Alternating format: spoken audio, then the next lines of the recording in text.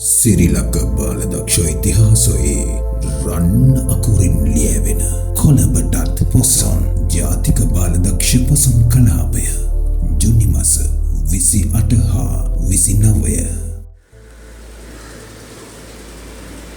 මම ඉන්නේ ජාතික බාලදක්ෂ මුලස්ථානයේ ඉදිරිපිට ඉදිවෙන තොරන් රාජා අභියස මාතක ඉන්නවා හිටපු ජාතික පුහුණු කිරීමේ කොමසාරිස්තුමා ඒ වගේම ශ්‍රී ලංකා බාලදක්ෂ සංගමයට විශාල සේවයක් කරපු MES ජයසිංහ මැතිතුමා. එතුමා දැන් විශේෂ කොමසාරිස්වරයෙක්. සර් සුබපතන ගමන් මම ආසයි ජාතික පොසොන් කලාපයේ වැදගත්කම මේ ලහි ලහියේ සිදුවෙන හැම දෙයක්ම සිදුවෙන්නේ ඔබතුමාලාගේ කරපිටින්. ඉතින් මම ආසයි මේ ජාතික කටයුත්තේ වැදගත්කම දැනගන්න සර්. හොඳයි.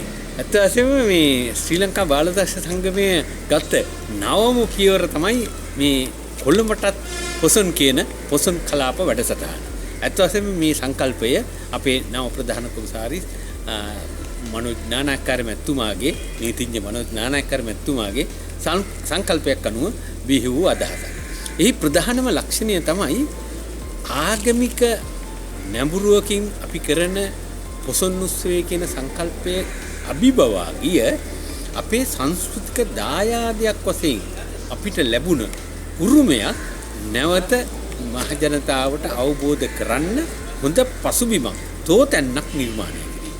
මේදි විශේෂ ලක්ෂණය තමයි පොසොන් උත්සවයත් එක්ක සම්බන්ධ වෙච්ච ආගමික මුහුණුවර තුලින් අපේ සංස්කෘතියට එකතු වෙච්ච නවාංග පිළිබඳ සංකල්පය මතු කර දැක්වීම. මෙහිදී විශේෂයෙන් ලංකාවේ දිවයින පුරා ඉන්න බාලදක්ෂයෝ දිස්ත්‍රික්ක 37ක් නියෝජනය කරන විවිධ මට්ටමේ කුඩාම සිඟිති දරුවාගේ සිට මානවකයා දක්වා විවිධ මට්ටම් වල බාලදක්ෂයෝ මේ ස්ථානයේ එනවා පූර්ව සූදානමක් ඇතුව අනිත් 28 සහ 29 දෙදින තුලදී මේ පොසොන් වැඩසටහන කොළඹ පුරවරයේ මුල් කරගෙන ක්‍රියාත්මක වෙනවා. ජයසිංහ සර් ඔබ හිටපු විදුහල්පතිවරයෙක් ඒ වගේම දහම් පාසල් ප්‍රධානාචාර්යවරයෙක් මේ වැඩිහිටියෙක් විදිහට මේ දරු දැරියන් එකතු කරගෙන මේ කරන සත්කාර්යය අපේ ආගම දහමට අපේ පොරොන්දුව ප්‍රකාරව කොච්චර වැදගත්ද? ඇත්ත වශයෙන්ම අපේ පොරොන්දුවේ තියෙන මාගේ ආගම රට කෙරේ කියලා. ආගම කියනකොටම ඇත්ත වශයෙන්ම එක එක්කිනාට අනන්‍ය වූ ඒ ආගමික ගුණධර්ම ඒවා ජීවිතයට පුරුදු පුහුණු කර ගැනීමෙන් බාලදක්ෂ ජීවය වඩාත් ශක්තිමත් හොඳ යහපත් පුරවැසියෙක් බිහි කර ගැනීම තමයි අරමුණ. ඒ අරමුණේදී මම දකින විශේෂම ලක්ෂණය තමයි පොසොන් කලාපයේ තුන මතුවලා එන අර විවිධ හැඩතලවල ළමයාගේ ආධ්‍යාත්මික ආගමික සංස්කෘතික විවිධ මට්ටම් වල හැකියාව විශේෂයෙන් මේ ක්‍රියාකාරකම් තුල සංවිධානය කළා තිනවා දිස්ත්‍රික් නියෝජනය කළ ඒ පැමිණෙන බාලදක්ෂයන්ගේ පොසොන් පැතිගී වැඩසටහන. ආගම ඒක උතුරු යාපනයේ ඉඳලා හම්බන්තොට දිස්ත්‍රික්කයේ දක්වා පුරා විහිදුණු දිවයින පුරා විහිදුණු විශාල සංවිධානාත්මක වැඩසටහන් ළමයි 1500කට වැඩි පිරිසක් මේක කොටස් වශයෙන් සහභාගී වෙනවා. රෑ 7ට රෑ 9ට 11ට වශයෙන් අවස්ථා 3කදී මේ හැකියාව පෙන්වනවා. ඒ එක පැත්ත. අනිත් පැත්තෙන් කූඩු වෙසක් කූඩු නිර්මාණාත්මක කූඩු ප්‍රදර්ශනයක් පැවැත්වෙනවා. එතන විශේෂ ලක්ෂණය ඒකත් අර දිස්ත්‍රික්ක තුලින් නායකයන්ගේ මඟ පෙන්වීම යටතේ බාලදක්ෂ විනයක් ඇතුව සංයමයෙන් පිරිසක් එකතු වෙලා කරන සුවිශේෂ ක්‍රියාකාරකමක් වශයෙන් පොසොන් වැඩසටහන. එතකොට ඔබට මම කලින් කිව්වා වගේ බෞද්ධ ආගමික තත්ත්වයේ ඉක්මවා යන දරු කැලක් මේකට සහභාගී වෙනවා. තමුන්ගේ ශිල්පීය හැකියාව අර සංස්කෘතික දායාදයන් ජනතාවට විශේෂයෙන් කොළඹ නගරයේ ජනයාට මේ ප්‍රදර්ශනය කළා පෙන්නන. ඒ නිසා මෙහිදී විශේෂයෙන් මතක් කරන්න ඕනේ මේ මා ළඟම තියෙන බාලදක්ෂ මුලස්ථාන ඉදිරිපිට ඉඳුවෙන තොරණ. ඒ තොරණ තුලින් පවා ඒ කතාවස්තු තුලින් පවා මතු කරලා පෙන්වන්න උත්සාහ කරන්නේ බෞද්ධ හැදියාවේ යම් ගති ලක්ෂණ අනාගත පරපුරට උරුම කර දීම පිළිබඳ සංකල්පයයි. ඒ අනුව බලනකොට තව විශේෂ දෙයක් කියන්න තියෙනවා. මේ සඳහා රජයේ විශේෂයෙන්ම ජනාධිපති ලේකම් කාර්යාලයේ පූර්ණ අනුග්‍රහය ලැබෙනවා. ත්‍රිවිධ හමුදාවේ පොලිසියේ බන්ධනාගාර දෙපාර්තමේන්තුවේ සහාය ලැබෙනවා.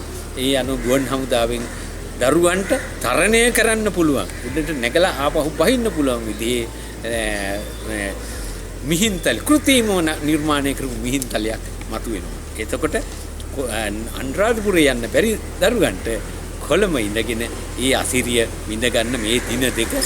ඒ නිසා විශේෂයෙන් මම මේ වෙලාවේදී ආරාධනා කරනවා දිවයින පුරා බාලදක්ෂ දරුවන්ට. තවත් විශේෂ දෙයක් තියෙනවා. නිල ඇඳුමෙන් පැමිණෙන බාලදක්ෂ දරුවන්ට ඒක සංකේත කරන්න ස්ටිකර් එකක් ප්‍රදානය වෙනවා. ඒකත් විශේෂ දෙයක්. ඊළඟ ළමයින්ගේ කතන හැකියාව දියුණු කරන්න ක්ෂණිකවම මාධ්‍ය සාකච්ඡා තනින් තන පැවැත්වෙනවා. ඒවා පොඩි තරංග වශයෙන් පැවැත්වෙනවා.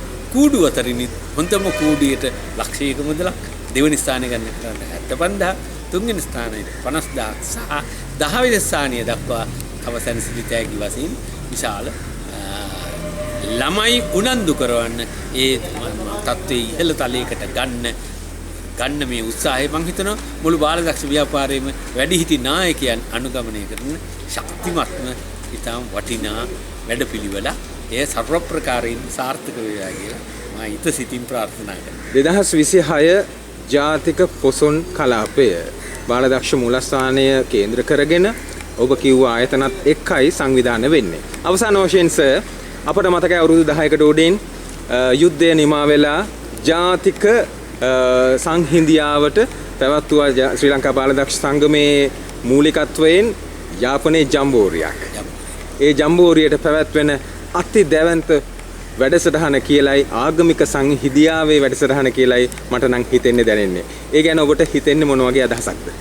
ඇත්ත වශයෙන්ම ඒ අතිවාරම ඒ අඩිතාලම සාර්ථකව ඉදිරියට ගෙනහිල්ලා කැපිපෙනෙන සුවිශේෂ මට්ටමකට මල්පල ගැන්වෙන අවස්ථාවක් ලෙස මා දකිනවා වර්තමාන ප්‍රධාන කොමසාරිස්තුමා ප්‍රධාන සියලුම ජ්‍යෙෂ්ඨ කොමසාරිස් නියෝජ්‍ය ප්‍රධාන කොමසාරිස්තුමා ජාතික පුහුණු කිරීමේ කොමසාරිස්තුමා වගේ ජ්‍යෙෂ්ඨයන් විශාල පිරිසකගේ සහභාගීත්වයෙන් හිටපු ජාතික පුහුණු කිරීමේ කොමසාරිස් ගණනාවකගේ සහභාගීත්වයෙන් මේ එකමුතු වෙලා කරන දායාද කරන්න හදන වැඩිහිටියන්ගෙන් අපි දෙන ලොකුම ආදර්ශය තමයි ආගමික සංහිඳියාව.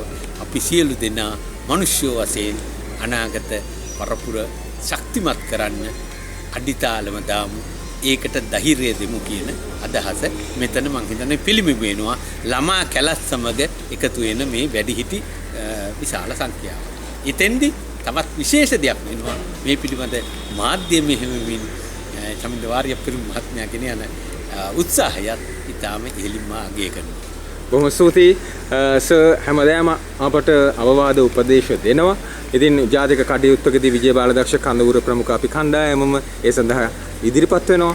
ඉතින් 28 29 දෙදින සියලුම බාලදක්ෂයන්ට අපි ආරාධනා කරනවා ලේක් හවුස් වටරවුමේ සිට පොලිස් වටරවුම දක්වා පැමිණ ඔබේ දායකත්වයේ සහභාගීත්වය ලබා දෙන්න කියලා. සිරිලක බාලදක්ෂ ඉතිහාසයේ රන් අකුරින් ලියවෙන කොළඹටත් පොසොන් ජාතික බාලදක්ෂ පොසොන් කලාපය ජුනි මාස 28 හා 29